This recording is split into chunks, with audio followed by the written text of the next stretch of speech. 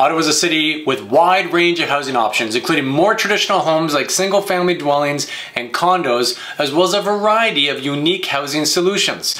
Tiny homes are growing in popularity, with some individuals choosing to downsize their footprint while still enjoying the benefits of living in Ottawa's vibrant capital. And for families seeking more traditional options, there are colonial style, bungalows, and farmhouses to sleek contemporary builds. And Ottawa has something for everyone. And if you want to make your mark in the city and get creative with your residences, then there are character homes available which may require updates for modern comfort. In this video, we're going to cover the different types of houses and property architecture found across this great city. But first, show reel, hit it.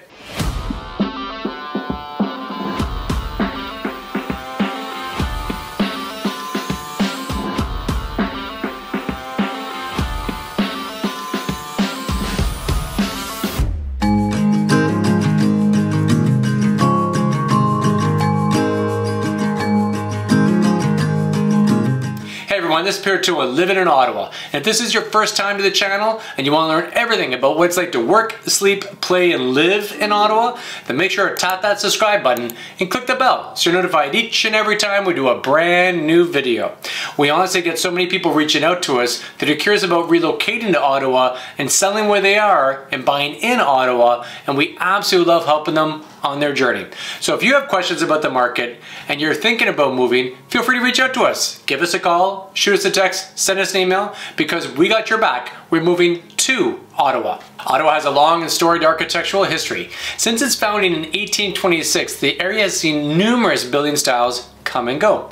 And while most people think of Ottawa architecture in terms of historic government buildings, the city is home to a wide range of home styles as well. And the type of style and age of home in Ottawa depends largely on where it's located within the city. And each neighborhood has its own flavor and design layout and builder. And the best way to look at styles of homes in Ottawa is by age. Each area or era had distinctive popular styles that we see represented across the city. And you can look at a map of Ottawa and see the housing styles that time emanating from the city center of Parliament Hill out towards the more modern day suburbs. And typically you can see a circle of development from each decade as you navigate around the city. And there aren't many buildings and certainly not homes left from the earliest days of Ottawa. Most of the homes you'll find today were constructed after 1900. And the older homes near the city center make way for newer styles as you head further into the suburbs. And there are beautiful, interesting homes from every era in Ottawa. Though dominated by the single-family homes in the earlier years, the city now has plentiful options including semi-detached homes, townhomes, garden homes, condos, and apartment buildings. Let's take a look at the home styles in Ottawa through the years. In Ottawa's early days, the city's homes were concentrated in the neighborhoods close to what is now the center of downtown. And these homes located in the neighborhoods like Sandy Hill, Centertown, and the Glebe were often built in Victorian styles. And the houses were usually stately and large, and housing families, relatives, and sometimes even servants. And Victorian-style homes were most popular in the late 1800s and the early 1900s. And you may consider Victorian style of architecture seen mostly in Parliament buildings and historical landmarks. There are certainly plenty of those, but it was also a popular style for family homes. Victorian architecture is not a single standard style. It's actually made up of many revival styles made popular in the later years and after the reign of Queen Victoria from 1837 to 1901. And Italianate and Queen Anne revival styles made their way into early Ottawa into different neighborhoods. And the larger examples of these homes often had turrets or red brick facades or 2 or 3 stories. And you'll also find wraparound porches, pitched roofs, and even roof towers on occasion in these historic homes. Unlike their European or American cousins, the Victorian home in Ottawa lack some of the more overt ornamentation associated with the style. Gingerbread trim and multiple colors were not as common in Ottawa as elsewhere. And original Victorian homes have many relatively small rooms, including parlors, and tall windows and ceilings along with elaborate interior trim were popular. And many of the Victorian homes in Ottawa built in the early 1900s have since been remodeled with more open floor plans. And these large Victorian homes were not the only ones built during those early days. Smaller homes with the same dedication to craftsmanship and stone brick facades dot older neighborhoods. Stained glass windows, bay windows, and detailed entrances were hallmarks of the Victorian style, and as they dressed up their houses. As much charm as these beautiful homes have, some of the challenges of living in them in these particular neighborhoods are such things such as small detached garages, which are actually difficult to fit your modern cars into. They also have mutual driveways that are common in the area, small closets, sloping floors, and of course low ceilings in the basements with sometimes rock foundations can be problematic. During the 1920s and the 1930s, new styles began to make their way into Ottawa homes. Arriving from Europe and the United States were arts and crafts and prairie-style homes. Arts and crafts, or craftsman-style homes, were designed to fit their location. And unlike Victorian homes, with their abundance of decoration, craftsman-style homes were built to take advantage of things like natural light. And these homes were about function and nature, with gardens and other natural features taking the place of elaborate entrances and colorful paint. And craftsman-style homes in Ottawa might be referred to as English cottages, and these homes fit beautifully on their lots. They tend to be elegant and understated with an exemplary original underlining craftsmanship, and their floor plans are usually more open than their Victorian predecessors. Also making their way into the Ottawa and the rest of Ontario in the 1920s and 30s were prairie-style homes. Based on the designs of Frank Lloyd Wright, these homes became popular in Canada under architects like Francis Sullivan. Prairie-style homes, like craftsman styles, lacked the decorative flourishes of the Victorian style. Geometric designs, particularly horizontal elements, dominate these low, single, or two-story homes. And they tend to have flat roofs and large eaves and incorporate natural wood, stone, and brick. Stained glass is common in prairie-style homes. And prairie-style homes were meant to look as if they were part of the actual landscape. And those built in the 1920s and 1930s in Ottawa range in size and layout, and many of them have open concept designs. All of these very early Ottawa styles were single-family detached homes. Bungalows began to spring up in Ottawa after World War II. These small detached single-family homes were still popular today, and called variously Victorian homes, bungalows, and strawberry boxes. They were scattered throughout the Ottawa suburbs. A great example of these style of homes are concentrated in the Carleton neighborhood, adjacent to Carleton Avenue area. And some of these homes were built by the Canadian Mortgage and Housing Corporation. And those red brick homes are the same in every town in which they were built. An Ottawa area builder, Minto, also constructed a large number of mid-century bungalows during the same time. Many bungalows went up to house returning soldiers and their families, and others for baby boom families moving to the suburbs. And the hallmark of these homes is their compact size. Single-story homes, usually with 2 or 3 bedrooms, sat on small lots close to their very similar neighbors. And finished basements offered the opportunity for extra living, a space with slightly better headroom than their predecessors. And a lot of these bungalows actually are still standing today. They are great choices for young families and couples. And their small size and single-story design make them popular for downsizing seniors. And the one-story design also lends itself to high ceilings and wonderful great rooms. And some of the challenges of living in these homes is the constricted living space. Over the years, homeowners have taken advantage of the high A-frame roofline and the attic space and built out a dormer opening the second level as additional living space. Small closets and cut-off kitchens from dining rooms and living rooms tend to be the norm in this style. Hey, if this video is bringing you any value and helping you in any way, please help us by clicking that like button and telling the YouTube algorithm that we're doing a good job. Another popular detached home design of the 1950s was the ranch house. Unlike bungalows, these single-story homes usually have an attached garage. Like their boxy cousins, they tend to be similar in outward appearance, have 2 or 3 bedrooms, and potential for basement living space. Ranch houses have a longer architectural style than a little more space and a more open floor plan than most bungalows. And the construction of detached single-family bungalows and ranch houses did not stop after the 40s and 50s. It continued through subsequent decades as well. At the same time, as the single-family detached home market was in post-war boom, other home styles were cropping up throughout the city. Low-rise brick apartment buildings began to appear in some of the older neighborhoods, and some of them are actually still standing today. And then they're still also in the burgeoning suburbs as we move out towards that new development area. The 1960s saw a rise in modern architecture for single-family detached homes. The mid-century modern decor was in full swing, and some of those modern homes included features like sunken living rooms.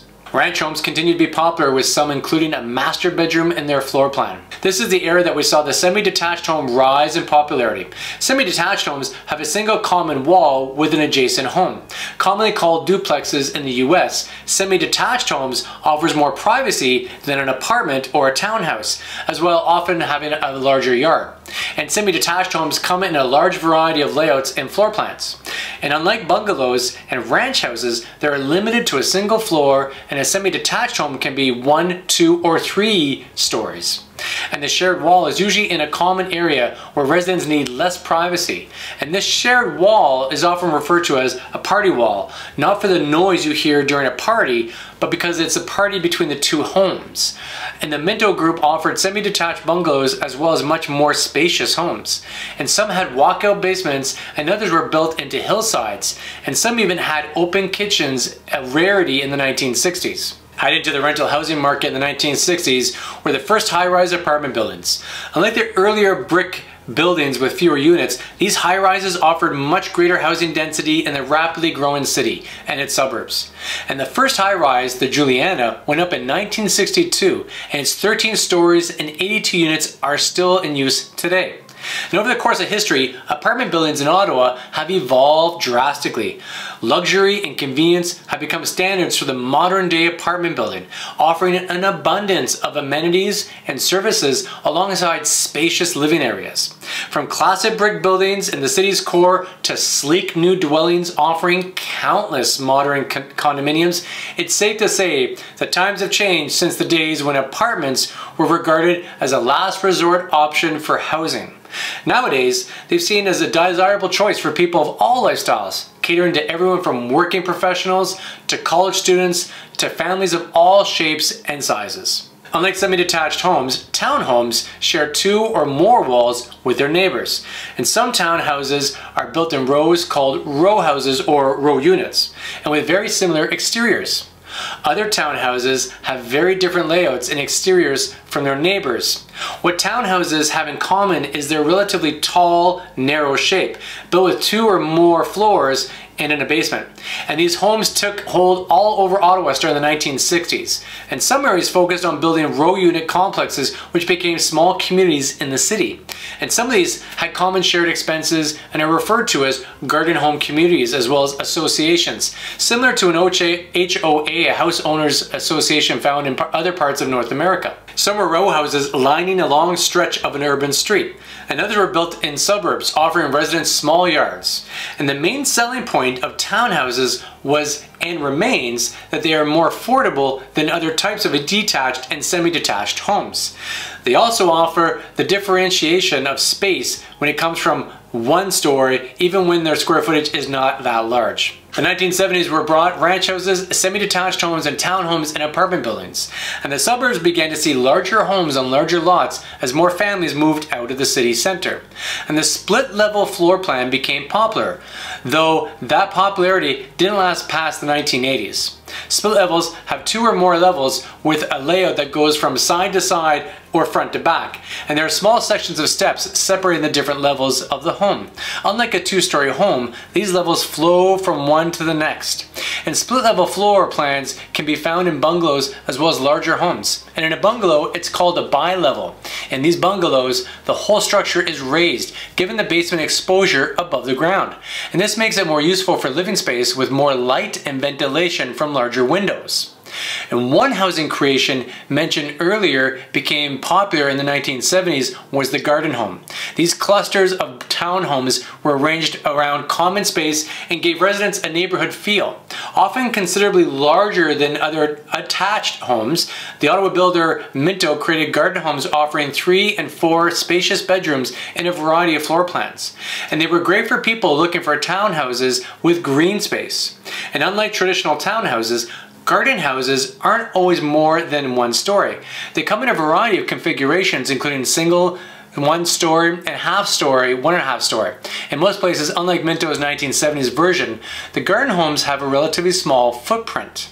As Ottawa grew, its older neighborhoods began to infill with newer homes. Larger lots were divided or commercial properties was turned into housing. And historic homes were joined by brand new single-family detached homes as well as townhouses and apartments.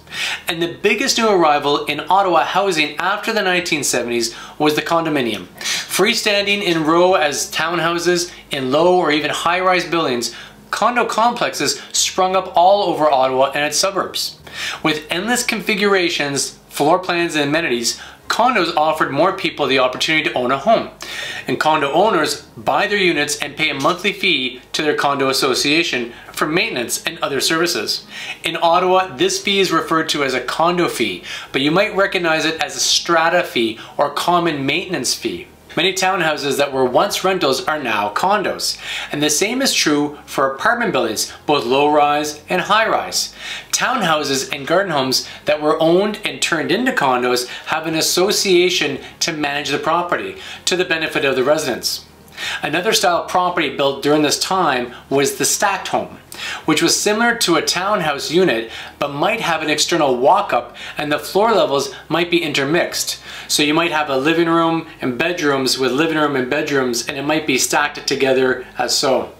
And so the bedrooms and living space actually might be separated by a level and shared with another unit, but there's no access to the other unit. And many of these actually operate under monthly condo fees, covering the cost to replace the roof, the windows, and take care of any exterior maintenance required. But this is not always the case, so due diligence with understanding what and how the condo board is involved is a wise investment. And construction of new condominium complexes continues in the city and in the suburbs. And Ottawa is known for having a great modern and contemporary architectural homes, as well as eco-friendly homes. From Kitchissippi to Hintonburg, many of the homes offer breathtaking views of the Ottawa River and downtown skyline. Additionally, with many homes built in recent years, home buyers can actually choose from an even greater selection of contemporary designs. With so much modern style throughout the city, it's no wonder what more and more people are choosing to call Ottawa home. And whether searching for a piece of history or looking for a futuristic design, Ottawa's architecture offers something unique that captures the imaginations of all who visit. Whatever type of home you decide best suits your needs, you'll find that Ottawa is a great place to live and build into the future. And if you're thinking about relocating to Ottawa, feel free to reach out to us. Give us a call, shoot us a text, send us an email, even wrap it up in a bow and send it first class, because we got your back. We're moving to Ottawa or anywhere across Canada. And each and every week we're bringing brand new videos just like this one. So make sure to tap that subscribe button and click the bell so you're notified each and every time we do a brand new video. Till next time, take care.